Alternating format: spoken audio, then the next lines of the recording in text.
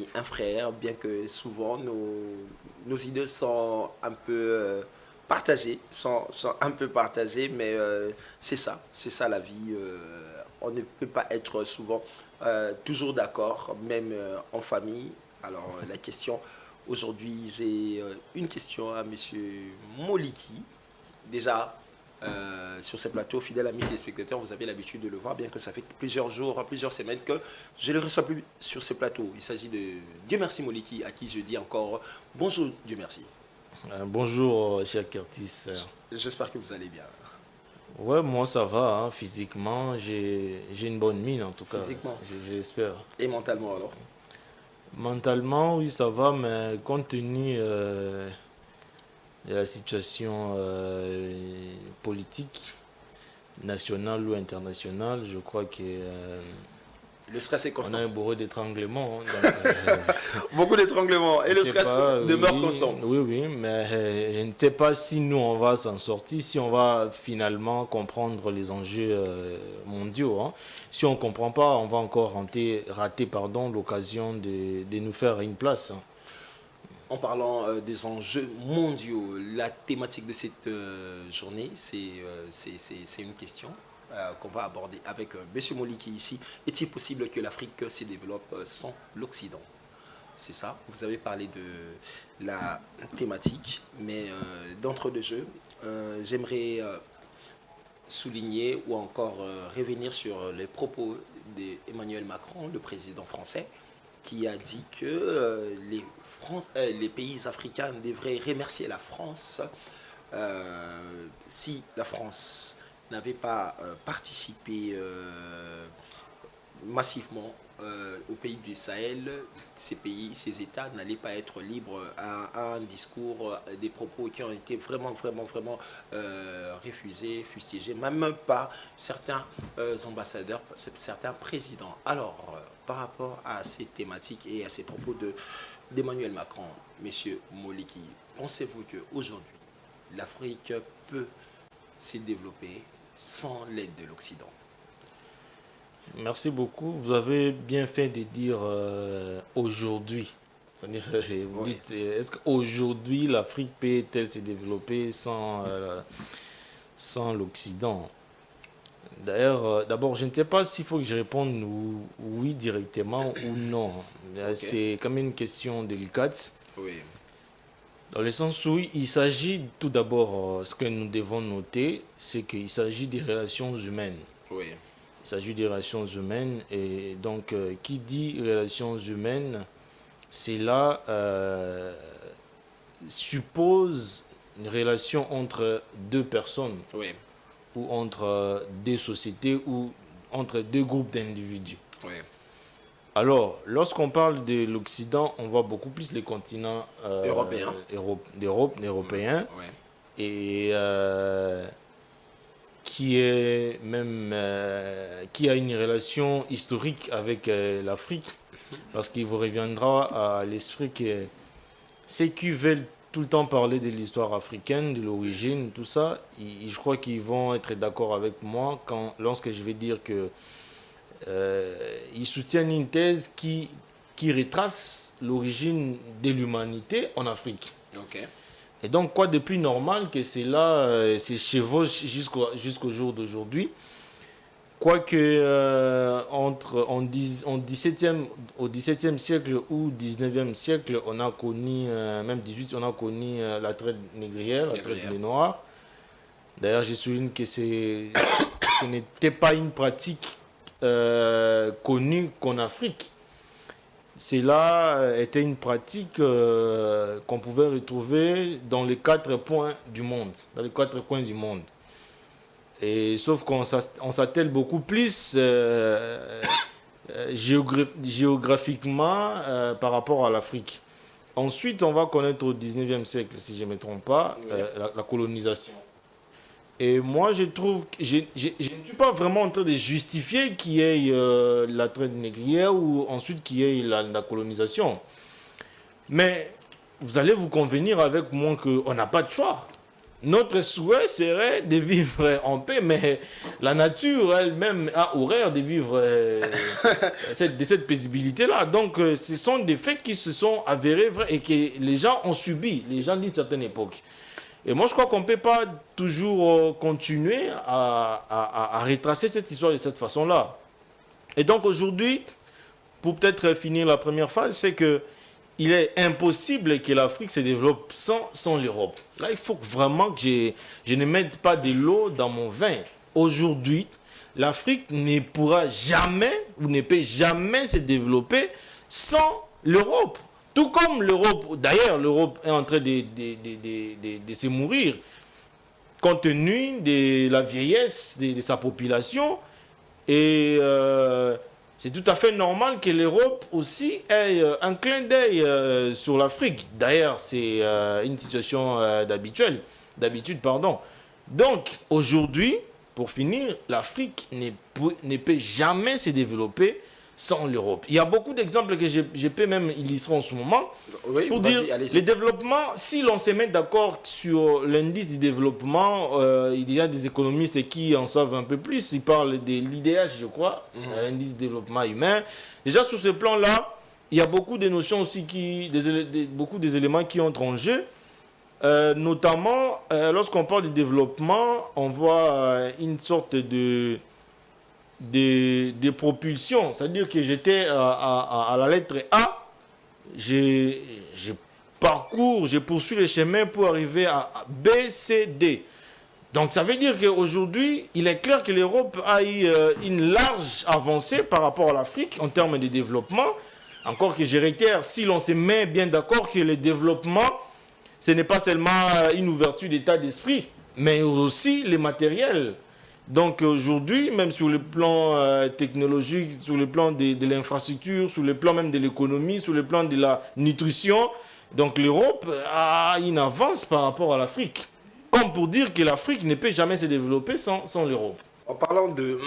Mais quand vous parlez de ces développements, tant sur le plan matériel ou encore d'infrastructure, mais ce n'est pas l'inverse. Vous avez dit, vous avez été clair en disant, tout comme aussi l'Europe ou encore l'Occident a besoin de l'Afrique, mais aujourd'hui, ça s'avère être vrai que c'est plus l'Occident qui a besoin de l'Afrique que l'Afrique a besoin de l'Occident, déjà sur le plan de minéraux, sur le plan des minéraux, même sur le plan, mondial.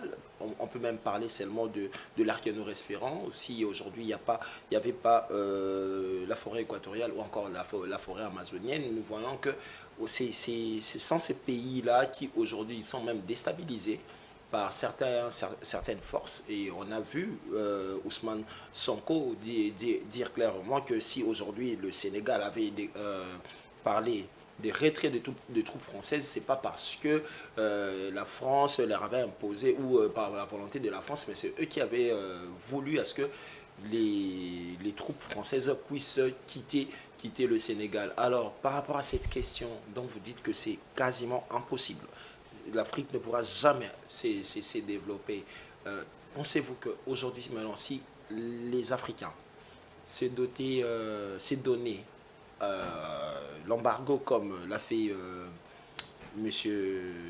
l'ancien président, à qui on a donné l'embargo plutôt comme l'avait fait l'ancien président Mzee Laurent Désiré Kabila, de vivre 4 ans, voire 5 ans sans l'aide des Occidentaux, sans coopération avec les Occidentaux. Vous en êtes sûr? Pensez-vous,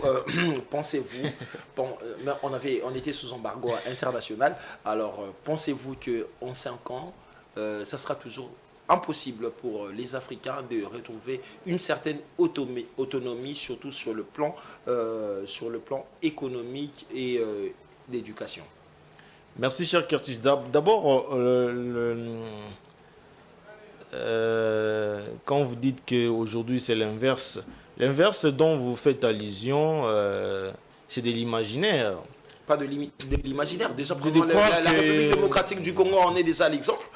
Parce que c'est nous qui faisons, même le téléphone que nous utilisons, vous et moi, ici, les matières premières viennent d'où? Ça vient d'ici. Voilà, Alors, je vois en effet voyez, les bémols africains. non, Vous n'êtes pas les attendez, seuls à dire... pourquoi pas aller aussi exploiter la France? Non, mais pourquoi vous ne le faites pas? Qui vous empêche d'aller... Pour vous dire que nous, on se sent assez... C'est mieux de poser la question. on se Lorsqu'on sent parle de la assez... France-Afrique, ouais. ça vous gêne aujourd'hui, ça commence à gêner bon nombre d'Africains, des Africains. Pourquoi ça vous gênerait? Aussi longtemps que vous avez la liberté, vous aussi, d'aller commercer sur le sol européen, qui vous interdit? Parce qu'eux, ils viennent avec des investissements ici. Pourquoi vous ne faites pas le contraire? Qui vous empêche? Mais déjà, sur le plan économique, vous savez, tous ces contrats... Donc, vous reconnaissez que sur le plan économique, on est faible? Non, on n'est pas faible. On l'a vu avec l'histoire de la Russie. Ça sert à la quoi? Russie et l'Ukraine. Même le président de la République, lorsqu'il était en France, il avait parlé de cela. En ce qui concerne les partenaires économiques, on sait qu'on cherche toujours une façon qui donne mieux, le plus offrant. Alors, le plus offrant, aujourd'hui, moi, je peux aller commercer, mais quand la France me demande déjà d'avoir plusieurs documents dont il sait très bien que non, je les ai pas en possession et me donne encore un budget. Quand c'est un Français, il peut lui dire, bon, tu peux commencer avec 50 000 euros, mais quand c'est un Africain, tu lui demandes 500 000 euros, c'est deux poids, deux mesures. Mais pendant que eux, mais ils ont gardé cet esprit condescendant. Et c'est ce que nous fustigeons aujourd'hui, c'est ce que nous disons. Non à cet esprit de condescendance sur les Africains. Certes, vous avez parlé de la traite négrière. On a trouvé l'Africain. Il était déjà là. L'Africain, il était là. Il y a eu la traite négrière. Il y a eu la colonisation. Vous reconnaissez que vous avez la mentalité des soumis juste là. Non, au contraire. Aujourd'hui, c'est parce qu'aujourd'hui, les Africains, plusieurs, on peut voir... en 2 ans, presque plus de 10 attentats déjà contre Ibrahima Traoré. Vous voyez comment aujourd'hui, ce président burkinabé, aujourd'hui, on commence à le traiter, à faire de lui comme aussi l'a été Kadhafi avant la fin de ses jours. Pourquoi? Parce que juste Ibrahima veut cette autonomie. Le président de la République était clair en disant qu'on a le droit, peuple congolais, de choisir le partenaire que nous voulons. Si ça doit être la Chine, si ça doit être la Russie, ou les États-Unis, mais en n'ayant pas cet esprit de condescendance que les Européens, surtout, étant donné qu'ils nous ont colonisés, ils ont... Voilà pourquoi je dis que je vous demande, pensez-vous pas réellement que c'est eux qui ont plus besoin de nous? Non. Dire que c'est eux qui ont plus besoin de nous, ça c'est de l'illusion. C'est l'illusion. Moi je m'exprime en homme libre. Je sais que beaucoup ne seront pas d'accord avec ce que je suis en train de dire. Mais même là aussi, personne n'a le monopole de la connaissance. Moi, j'aime bien les dire. Oui. Moi, je suis en train de voir les choses peut-être aussi à ma manière. Et les gens qui nous suivent aussi voient parfois les choses à leur manière. Et selon qu'ils ont été instruits ou... ils ont été à la façon dont l'histoire leur a été racontée. Mais moi aussi, l'histoire m'a été racontée que voilà, ils sont venus, ils nous ont pillés, ils nous ont colonisés. Oui, c'est un fait qui est arrivé. Mais ils ne sont plus là, ils sont partis. Macron vous rappelle tout le temps. Moi, je ne sais pas pourquoi vous ne vous sentez pas gêné lorsque le président Macron vous donne des leçons. Nous, en fait je ne peux pas m'écarter d'Islo. Lorsque le président Macron, c'est le seul président européen que je trouve peut-être au XXIe siècle qui a l'attitude de dire des choses vraies en face des Africains. Donc vous êtes d'accord avec lui, avec ses propos? J'ai l'impression que depuis longtemps, les dirigeants africains devaient remercier. J'ai comme l'impression que les dirigeants africains, ce sont plus... ils ont été fascinés par l'habitude des anciens dirigeants européens, déjà qui ont compris que l'homme africain, il faut qu'on lui apporte un discours qui lui caresserait les poils.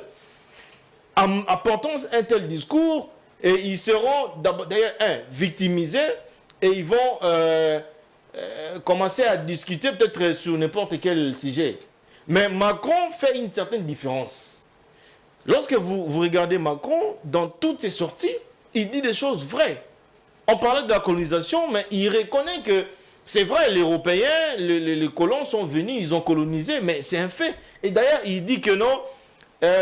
D'ailleurs, c'était une lutte entre des générations passées. Ces générations-là sont passées. Nous sommes des nouvelles générations. On ne peut pas continuer dans que dire maintenant du dernier discours? Deuxième chose. Les présidents, les dirigeants africains devraient remercier la France. Macron, mais justement, Macron, c'est un président européen à qui je crois qu'on doit... moi, il me fascine. Pourquoi? Parce qu'il dit tout simplement la vérité. Non, moi je dis, justement, il dit ce qu'il pense. Mais donc, parce que ce qu'il pense, et non, c'est pas la vérité. Parce que ce qu'il pense, il en a quand même marre. En fait, c'est un président, jeune président, qui en a quand même marre de tous les racontars africains. Ouais. Vous exagérez. En fait, nous exagérons les Africains parfois dans nos discours. Qu'est-ce que nous avons voulu? Nous avons voulu la paix, mais la nature n'a pas prévu cela.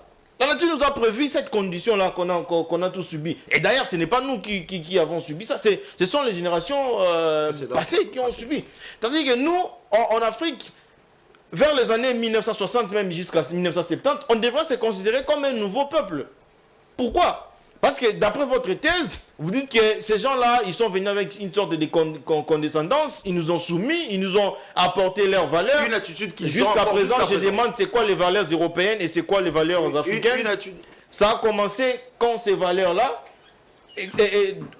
Comment est-ce que vous envisagez la différence entre les valeurs africaines et les valeurs européennes? Jusqu'à présent, moi, je n'ai jamais trouvé une réponse, certes. Donc, c'est une histoire passée.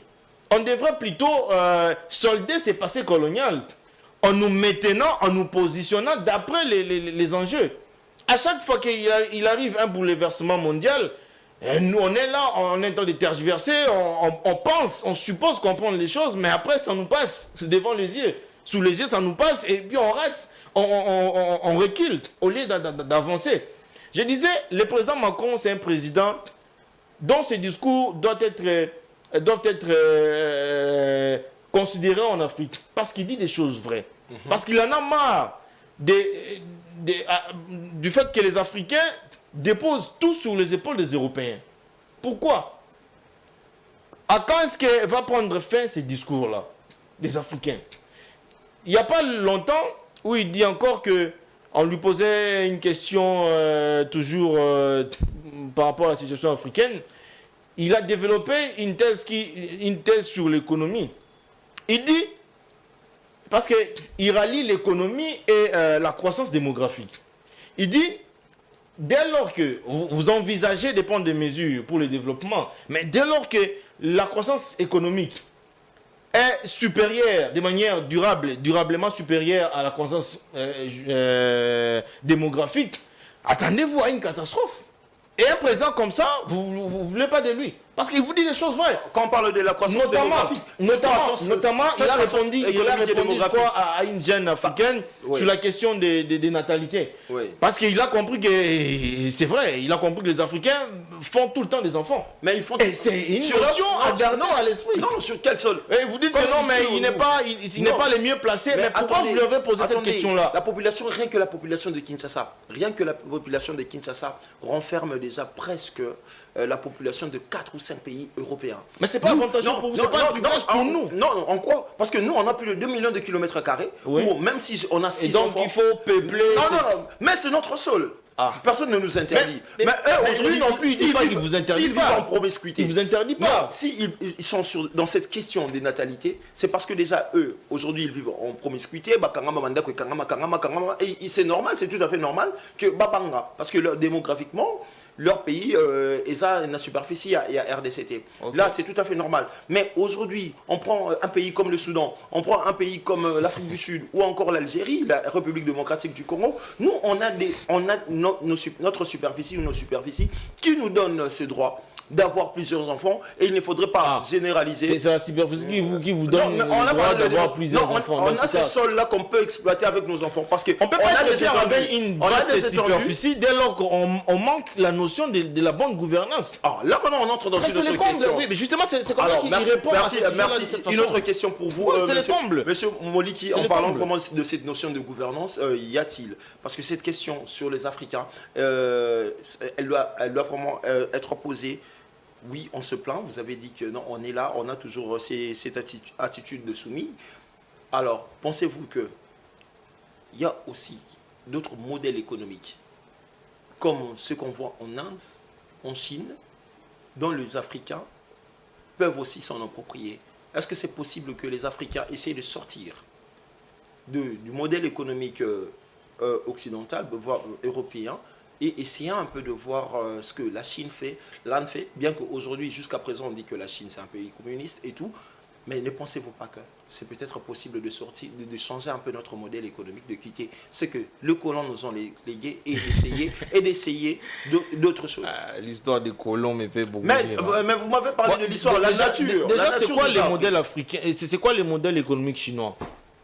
C'est quoi son modèle? Parce que moi, je voulais quand même bien les comprendre. C'est quoi les modèles économiques chinois? Donc vous connaissez. Si ce n'est pas le libéralisme économique, si ce n'est pas le capitalisme en même temps. C'est quoi les modèles chinois? Vous avez parlé de deux choses très très capitales. On a déjà le capitalisme et le libéralisme économique. Mais ces deux types d'économie marchent depuis la nuit des temps ensemble. Mais sauf chose que vous en apercevez drôlement pas. Drôlement pas. Alors, c'est peut-être par rapport à certains... Même la Chine a quel type d'économie? La Chine, aujourd'hui, l'économie chinoise, elle est capitaliste. Elle est capitaliste. Mais justement... Elle est capitaliste, mais pour qui? Pour qui ça veut dire? D'abord pour les Chinois. L'économie américaine, c'est une économie capitaliste. Mais l'État respecte toujours son engagement envers sa population. L'État américain dispose toujours des infrastructures, dispose toujours des emplois par rapport pour sa population. Chose que les Chinois aussi les font, mais dommage qu'en Afrique, de manière globale, cela n'est pas fait. Sauf quelques-unes exceptions, des pays comme le Maroc, l'Algérie, la Tunisie, l'Afrique du Sud, ou peut-être les Ghana. Aujourd'hui, on commence à citer les Botswana par rapport à sa bonne gouvernance. Ça voudrait dire que ce n'est pas un problème de l'homme blanc, ce n'est pas un problème de la démocratie que vous taxez, caricaturez d'être occidental. C'est un problème de l'homme, d'homme, comme on a toujours répété ça. C'est un problème d'homme. Si l'homme n'a pas cette capacité-là, si l'homme reste toujours par le passé, il ne va pas évoluer. Et c'est ça ce qu'on vit en Afrique, notamment au Congo. On a un problème d'homme.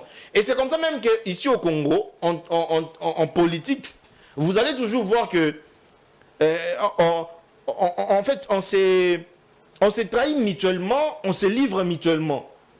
Non, mais Curtis, ce n'est pas un bon présentateur. Là, c'est moi qui dis ça. Et le jour où on me donne un programme, peut-être, je ne sais pas, même ici à Géopolis, on me dit, Dieu merci, toi tu t'es vanté de savoir plus que Curtis. Fais les choses bien alors. Mais j'arrive, je ne fais rien. Est-ce que vous n'avez pas remarqué ça au Congo? C'est depuis Kasavubu. Kasavubu, Lumumba lui a mis des bâtons, encore qu'aujourd'hui on dit c'est plutôt parce que Kasavubu a été une marionnette. Oui, mais il a été mis en marionnette. Lumumba a cru que voilà, Kasavubu coopérait plus avec les Occidentaux, d'où il n'y a pas eu nécessité que le Congo bénéficie de ses richesses, donc tout partait à la métropole. Lumumba a créé un conflit avec Kasavubu. Ensuite, il y a eu quand on va en 64, en 65, on voit qui surgit, c'est Mobutu. Et avec le même discours, Mobutu qui arrive, il dit, mais non, mais ces deux-là sont des marionnettes, tous les deux, donc c'est moi qui comprends bien les choses, donc c'est moi qui dois être Moïse pour les Congos. Lui, il arrive, il fait 32 ans au pouvoir. Déjà que le pays était dans la voie de la démocratie. Qui dit démocratie, c'est de temps en temps, selon une certaine échéance, l'organisation des élections. Lui, il fait 32 ans. Et Kabila Mouzé, lui aussi, quand il arrive, déjà, il avait commencé ses tractations depuis 1962, je crois. Et il surgit encore une fois de plus pour défaire le président Mobutu au pouvoir. Donc, il arrive, il inverse le président Mobutu avec le même discours. Malheureusement pour lui, il n'a fait que 3 ans. Mais lorsqu'il arrive au pouvoir, il s'est rendu compte maintenant de beaucoup de choses. Donc c'est pour dire qu'on ne comprend pas la notion de la gestion. On pense que gérer c'est facile. La gestion n'est pas chose facile. Donc, il faut qu'on évite d'abord la prétention que nous avons au Congo de croire que tout est facile. Dès lors qu'on va quitter ces stades-là, je crois qu'on ne va plus se livrer mutuellement, on ne va plus se condamner, se critiquer, cribler des critiques mutuellement. Les critiques, lorsque moi j'ai fait des critiques, lorsque j'arrive, j'ai fait les mêmes bêtises. Je poursuis. En 2001, c'est Joseph Kabila qui arrive au pouvoir. Bon, lui, quand même, avec sa... C'est une personne timorée, donc il est venu en paix, il n'a pas beaucoup parlé. Là, peut-être c'est une exception de son caractère. Il a essayé de remettre les choses dans la bonne voie, mais vous êtes témoin qu'il y a une opposition très accrue, très forte face à Joseph Kabila, qui ont décrié beaucoup de choses, tout ça. Mais lorsque ces groupes d'individus arrivent au pouvoir, qu'est-ce qu'on sent aujourd'hui? Les mêmes critiques. Donc, c'est une caractéristique des Congolais, ou c'est une caractéristique des Africains. On est tout le temps dans cela. Lorsque Macron intervient pour dire que, d'ailleurs, les Africains ont été peut-être, ils ont oublié de nous dire, de nous remercier, mais il a raison. Parce que c'est vous-même qui vont les voir.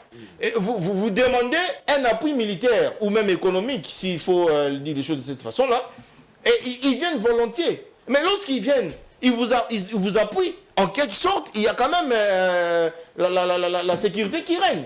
Mais qui va vers l'autre pour demander ça même? C'est toujours nous. Donc, on doit être conséquent sur ces faits-là. Ouais, merci. Si on n'en est pas, on va continuer avec ces discours. Et moi, peut-être fort de mon âge aujourd'hui, on va dire que bon, lui là, il est dans l'émotion, parce qu'il a la trentaine, c'est comme ça qu'il réfléchit comme ça, parce qu'il n'a jamais géré. Et même ceux qui ont géré retrouvent toujours les mêmes difficultés. Donc, on est tous pareils, on est tous dans la même boîte aujourd'hui.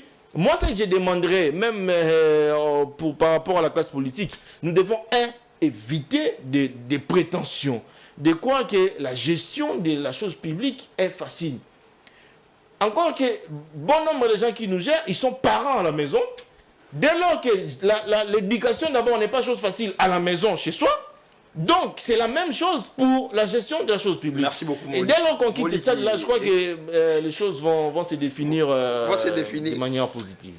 J'avais parlé de la question, parmi la question du jour, c'était cette question d'embouteillage fidèle, amis téléspectateurs. Nous voyons que ce monsieur a tellement à dire. En plus, il y a monsieur Edimo, dont je voulais vraiment qu'il puisse être votre co-débatteur d'aujourd'hui. Rendez-vous encore demain. Alors, le temps nous est vraiment largement dépassé. On est à 11h déjà, presque 10. On devait arrêter à 11h10. Ça, ce n'est qu'un match aller. Monsieur Moli, je vous dis merci, coup de chapeau de m'avoir un peu malmené comme ça sur cette question. Non, je ne vous malmène pas. J'ai dit juste ce que moi je suis en train de penser. Sur cette question concernant le développement africain sans l'Occident. Alors demain, je crois que je vais encore m'armer d'autres arguments et trouver vraiment avec M. Edimon demain que nous puissions encore revenir sur cette question parce qu'elle est capitale. Beaucoup de nos frères sont de l'autre côté de l'Occident. Il y a aussi d'autres qui font des programmes pour aller là-bas. Et hier, le président Donald Trump, à peine arrivé au pouvoir, il a arrêté avec déjà l'application CBS, je pense, qui donnait droit de demander les visas à partir du Mexique, à peine entré au pouvoir. Donc, ça sera plus possible d'entrer parmi les 8 points d'entrée aux États-Unis.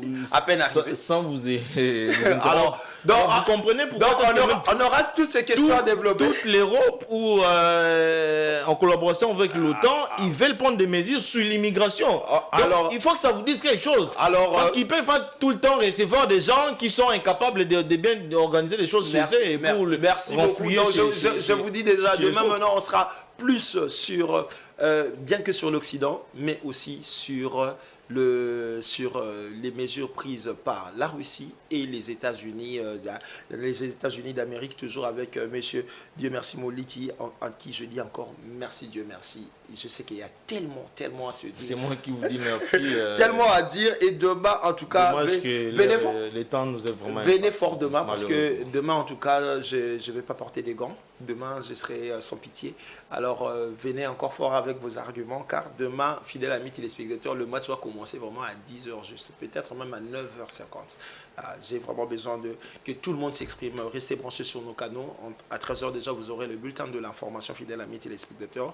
Je vais au ciné à partir de 14h, à Jeunesse à 17h, le journal à 19h30 et la rediffusion de ces échange de ces transanimations matinales à partir de 23h. C'était Curtis Panda. J'ai dit merci à Giscard Tama sur le plateau. Merci à Mr. John Mukendi au régie, Papa Noël à la technique et Lys Pemba au programme. Et encore un grand merci à Monsieur Dieu merci Moliki qui croit que le salut des Africains se repose entre les mains des Occidentaux. C'est de manière simultanée. Donc moi, je ne vois pas comment est-ce qu'on va se développer sans l'Europe. On n'a pas des industries. Je ne sais pas, vous allez évoquer par rapport à votre point de vue sur la spiritualité, pour que cette spiritualité-là nous crée des industries. Moi, je ne vois pas aucune ici en tout cas. Je suis désolé. Toutes ces questions, on va en parler demain. Alors, ciao et bon mardi à vous tous. Merci.